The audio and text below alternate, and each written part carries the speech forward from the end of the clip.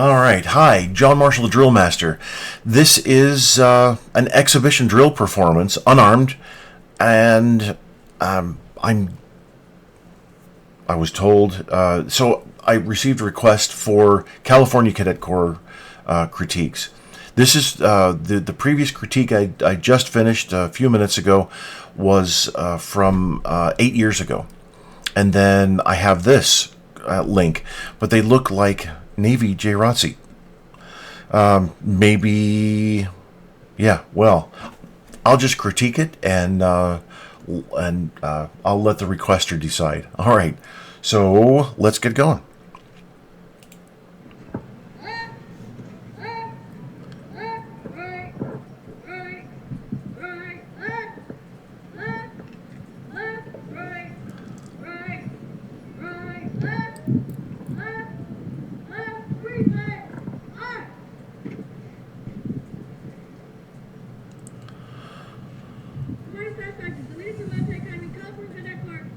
Okay, so California Cadet Corps. All right, good.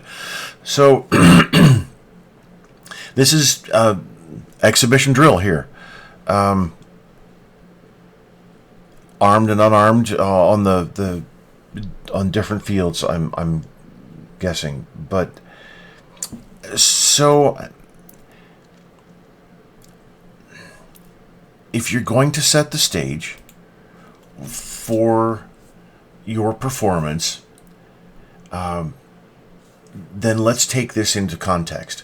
Now, for for the drill teams in Washington, D.C., let's say, they have to march to their spot and then begin their performance. That's pretty typical as they travel around the country and even around the world. They march out to their spot in the formation and then they begin that routine. Now, how they get to that spot is usually fairly regulation drill-like. Okay, there's not much flair to it. There's an anticipation that builds up in the audience because they know something great is coming.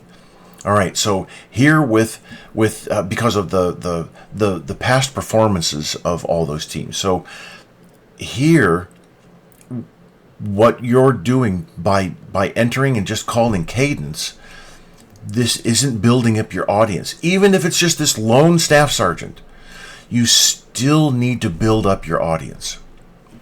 So in marching your formation out in a column of twos, which is fine, not a problem, but just marching out and calling cadence constantly, what is that communicating to your audience?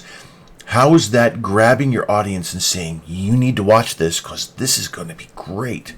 Now, let's say this is the beginning of the year and all of the cadets are freshmen, and even and the commander is a sophomore. So she has a little bit of experience, but everybody's brand new. So if it's at the beginning of the year and you're doing this, fine, I get that, I understand that. But then let's for the next competition that comes up, let's say it's in 2 weeks. Over those 2 weeks, practice your routine, but let's add something at the beginning of the routine, an opening statement, and then something to fill the gap here of just marching out to the center and reporting in. So something that adds flair to your marching. Doesn't have to be big and monumental, but you can do something that draws the audience's eye into your performance, because you are performing here. Once you say forward march or ready step, whatever that command's going to be, and the whole team opens with an opening statement of movement and then maybe a stomp and a step off immediately, you're performing right then and there. If parents and spectators are back here, where from the judge's point of view here,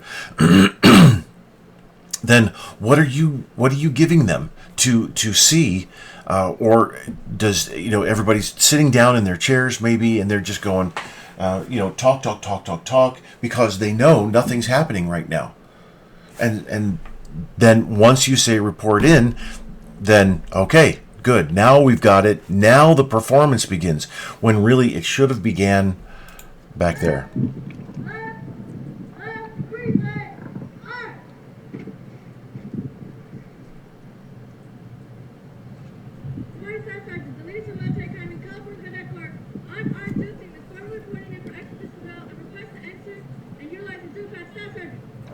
Drilling ceremonies is important. It's very important. Change my mind.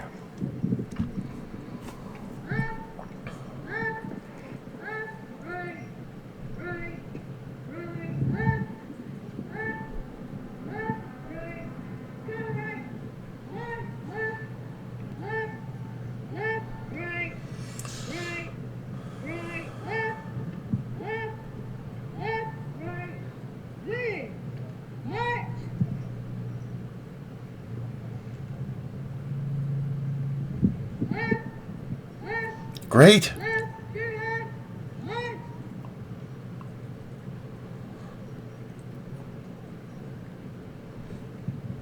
Nicely done.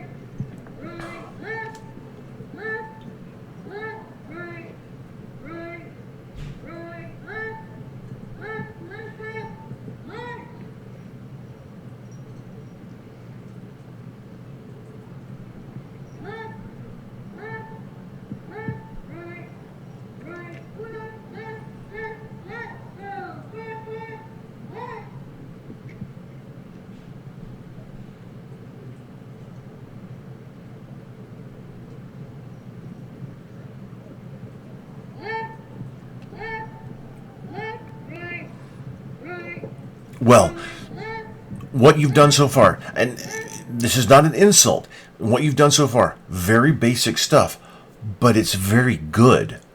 So you have achieved really well. I can see practice has been put in here. The pivots, especially the inside foot pivots. When we execute let's say a left flank, we're going to take that right foot, come up, pivot on the ball of the foot, and then step off.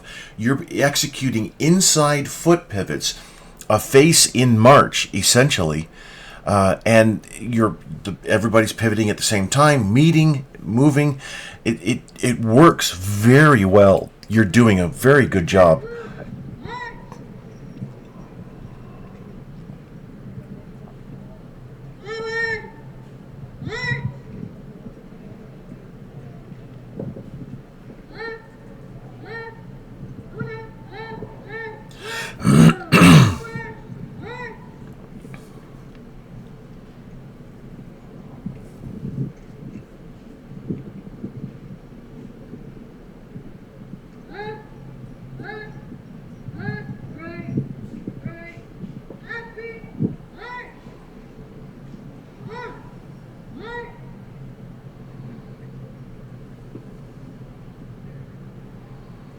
Nicely done.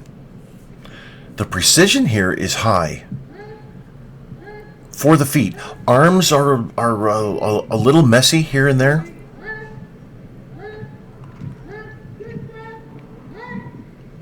And a couple of the team members, pass through, okay. So the pass through didn't necessarily work all that well because you're not pivoting on opposite feet. So a pass through like that works well when you execute the flank as intended. So those going to the left are going to pivot on the right.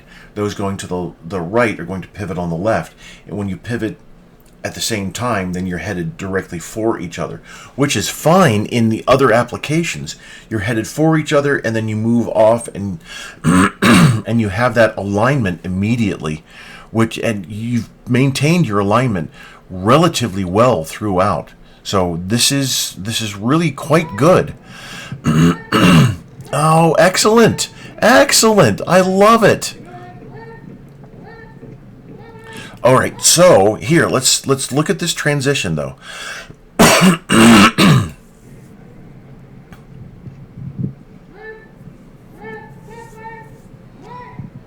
So stepping over, See how everything's speeding up now? And those who are marching forward are having to increase their steps because those who are marching backwards are increasing that tempo. They're not increasing their steps, they're increasing their tempo forward because the backwards march is increasing in tempo.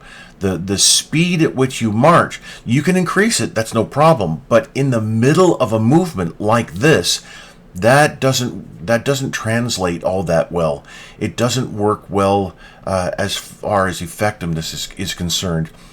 So what you're essentially doing here is anytime somebody marches at half step, mark time, backwards march, as we've seen here, and then in color guard, we're doing wheels. Any of those four movements, it's guaranteed 99.9% of the time you're going to speed up until you learn that just because you're taking a shorter step doesn't necessarily mean that you increase the tempo. It's natural to increase the tempo, but you shouldn't here. It should be the same tempo throughout, and that would come across much more effectively.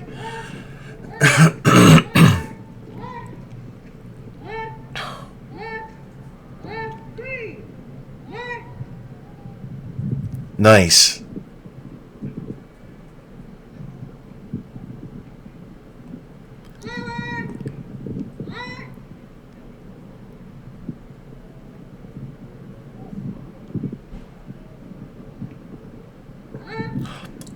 Almost. Almost.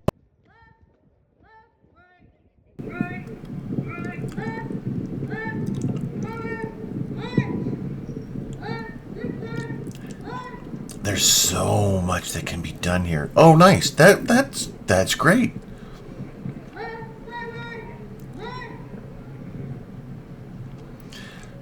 So much more that can be done here. You've mastered basic movement, and this is good. That's a good thing. That really is a good thing.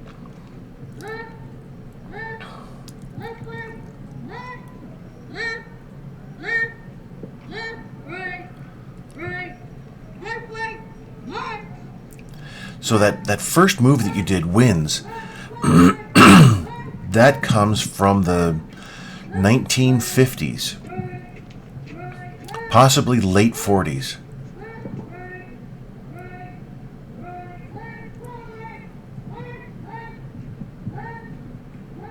And if I had more of my books out, I'd show you. I've got some historical books over here that will, but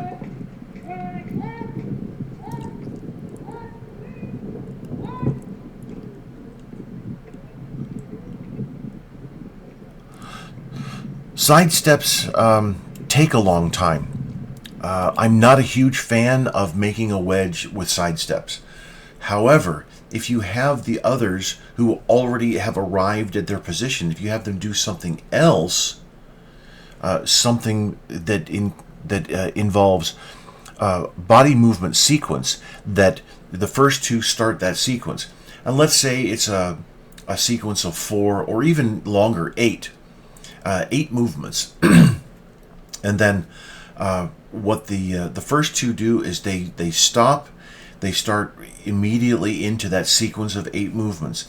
The next two who are stepping out, they then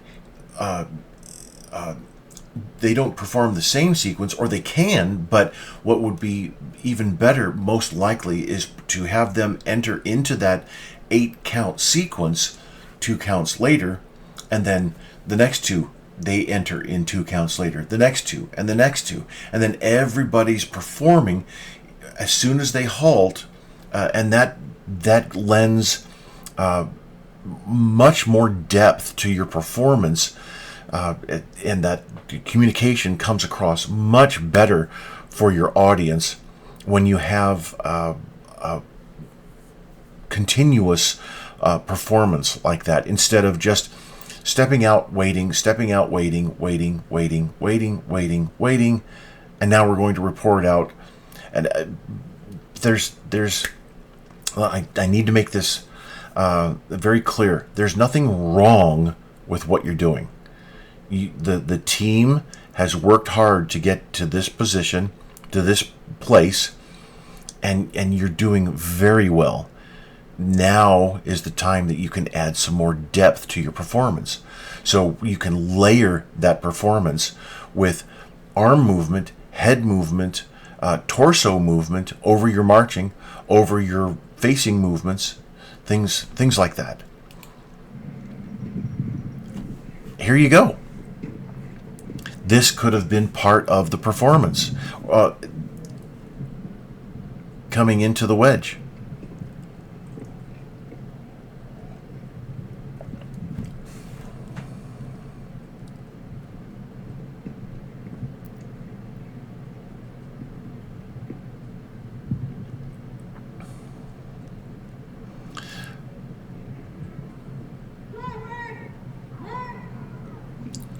Oh, you didn't use the wedge.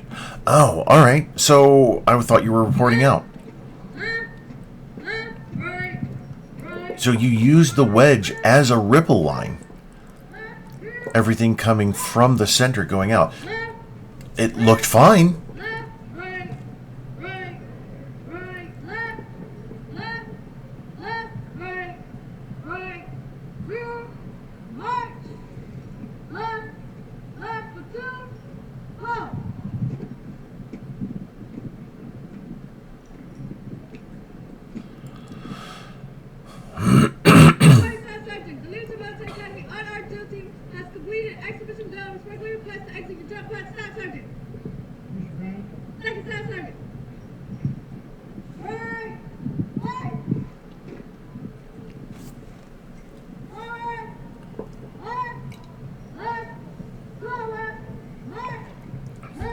So you're for your report in, your report out, you don't have to ask permission.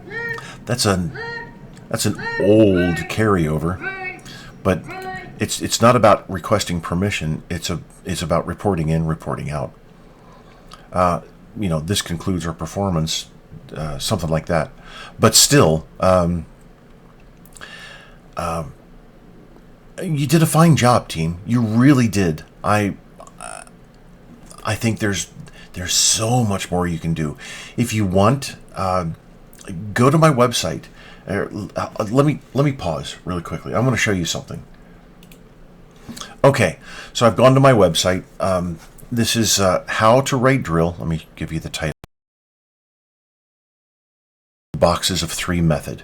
And in this, I was up in New York working with a great NYPD Explorer team up there, and we created this together. It's blackout, whiteout, brownout.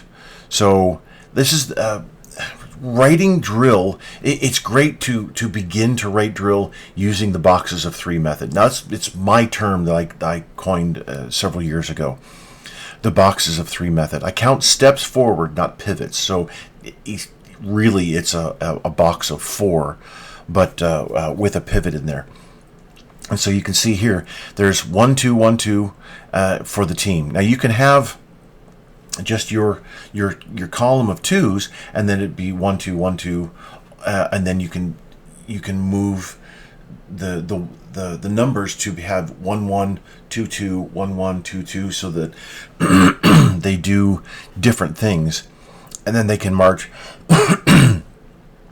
A-B drill, AA and AB, and you can read about that at that link, and then I go over the boxes of I explain boxes of 3 method here, but I've got a lot of information on how to write drill. I've created routine mapping tools years ago to map out your performance, and that's what you see at the top there. That image right here. There we go. Now you can see my cursor. And then even getting into a really neat performance that I appreciate from Japan. That band, the group there. But this is what my book, my first exhibition drill book, my first book, really, exhibition drill for the military drill team. So there's all kinds of information at my website. If you want to use these resources, they're free, and if you you don't even have to buy the book. I've given you tons of information here, and there's more for all of this. There's tons of information that that you can use free of charge, not a problem. And I just like giving out information. I really do. I like to educate others. And I honestly think that if you incorporate this boxes of 3 method in with your movements that you've already done, which are really quite good, you can bring a new dynamic, and like I was talking about in the video, you can bring more depth to your performance. So anyway, that's pretty much all I had. But thank you so much for the critique request. I appreciate it, and it's a privilege to watch these performances and see the cadets just like you working very hard at what you do, and I do appreciate your efforts. I really do. You've done a fine job here, and you can incorporate more and bring out so much more in that performance, and have fun. As long as you're having fun, as long as you're enjoying what you're doing, then keep on going. Thanks.